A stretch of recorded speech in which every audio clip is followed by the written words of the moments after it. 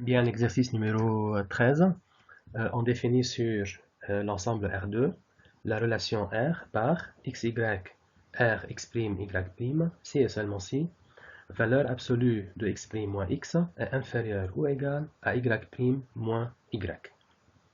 Donc, la première question, il faut démontrer que c'est une relation d'ordre. Alors, vous savez ce qu'il faut faire, il faut démontrer que la relation est réflexive, est antisymétrique et est transitive. D'accord? Bon, commençons par vérifier que la relation est réflexive. Pour cela, il faut vérifier que pour tout couple XY dans R2, nous avons XY est en relation avec XY. Donc ici, les éléments sont des couples XY. Ok? Alors, si XY appartenant à R2, quand est-ce que XY R XY? Lorsque valeur absolue de X moins X est inférieure ou égale à Y moins Y. Or, valeur absolue de x moins x, c'est 0. Y moins y, c'est 0 aussi. Et 0 est inférieur ou égal à 0. Donc, comment on écrit ça alors? Pour tout xy dans R2, on a valeur absolue de x moins x est égale à 0, c'est inférieur ou égal à y moins y. Donc, en d'autres termes, quel que soit xy dans R2, on a xy, r, xy. La relation est donc réflexive. Bien, montrons qu'elle est antisymétrique. Pour démontrer qu'elle est antisymétrique, il faut démontrer que à chaque fois que xy r x', y' et x', y' r x', nous avons que xy est égal à x', y'. Supposons donc qu'on a deux éléments xy et x', y' dans R2, tels que xy r x', y' et x', y' r xy. Et à la fin, il faut démontrer que le couple XY est égal au couple X', Y', c'est-à-dire il faut démontrer que X est égal à X' et Y est égal à Y'. Bon, puisque XY est X', Y', nous avons donc que valeur absolue de X' moins X est inférieure ou égale à Y' moins Y. Et puisque x', y' est en relation avec xy, nous avons que la valeur absolue de x moins x' est inférieure aussi ou égale à y moins y'. D'accord? Or, valeur absolue de x' moins x, c'est égal à la valeur absolue de x moins x'. N'est-ce pas? Donc, regardez. D'une part, nous avons que y' moins y est plus grand ou égal que 0. Et d'autre part, nous avons que y moins y' est plus grand ou égal que 0.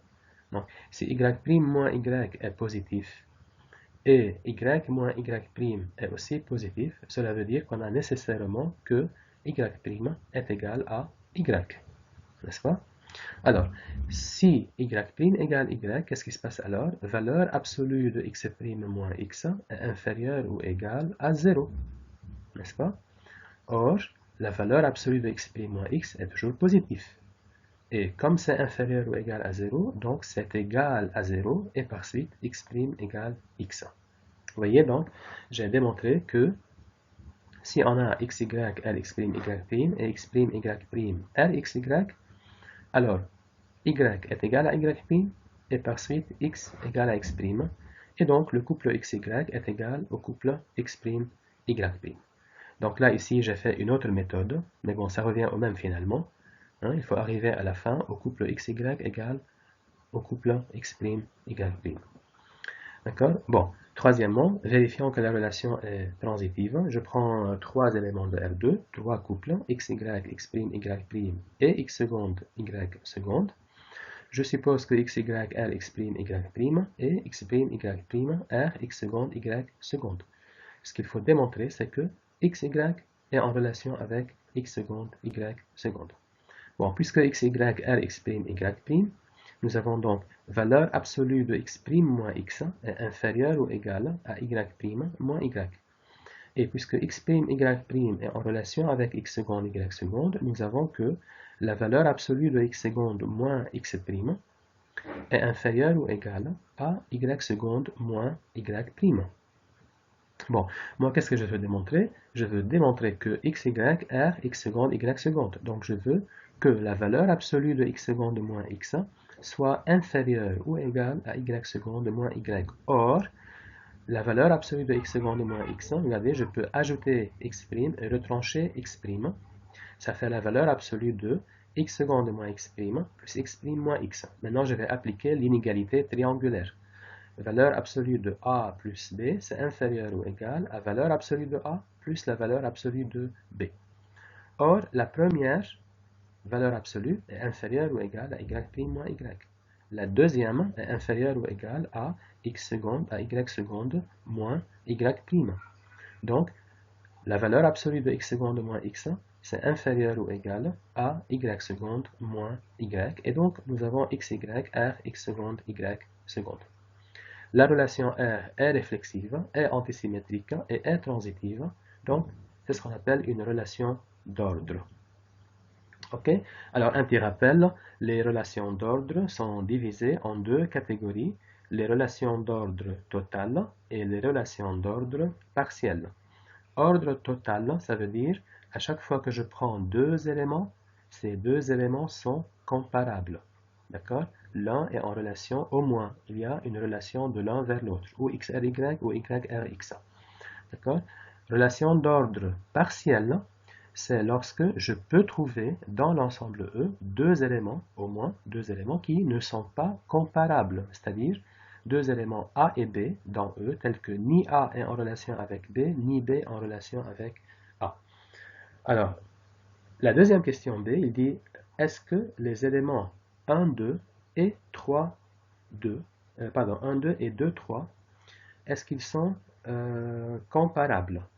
En fait, vous voyez, 1, 2, est-ce qu'il est en relation avec 3, 2?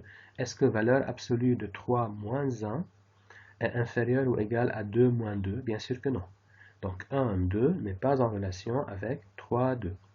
Bon, est-ce que 3, 2 est en relation avec 1, 2? Est-ce que valeur absolue de 1 moins 3 est inférieure ou égale à 2 moins 2? Ben non, 2 n'est pas inférieur ou égal à 0. Donc 3, 2 n'est pas en relation avec 1, 2.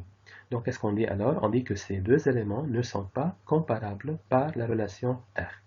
Et puisqu'on a trouvé dans R2 deux éléments, deux couples qui ne sont pas comparables par R, qu'est-ce qu'on peut déduire?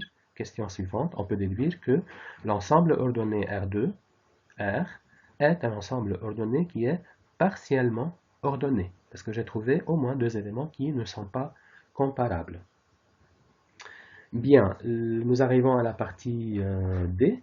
Il dit démontrer que 3, 2 est en relation avec 2, 3, n'est-ce pas? Alors pour démontrer ça, il suffit de vérifier que valeur absolue de 2 moins 3, c'est inférieur ou égal à 3 moins 2. Mais c'est vrai parce que valeur absolue de 2 moins 3, c'est égal à 1. Et 1, c'est inférieur ou égal à 1, n'est-ce pas? Donc, nous avons que 3, 2 est en relation avec 2, 3. Et la deuxième, il faut vérifier que 1, 2 est en relation avec 2, 3. Ben, là aussi, valeur absolue de 2 moins 1, c'est 1. 3 moins 2, c'est 1. Est-ce que 1 est inférieur ou égal à 1? Oui. Donc, nous avons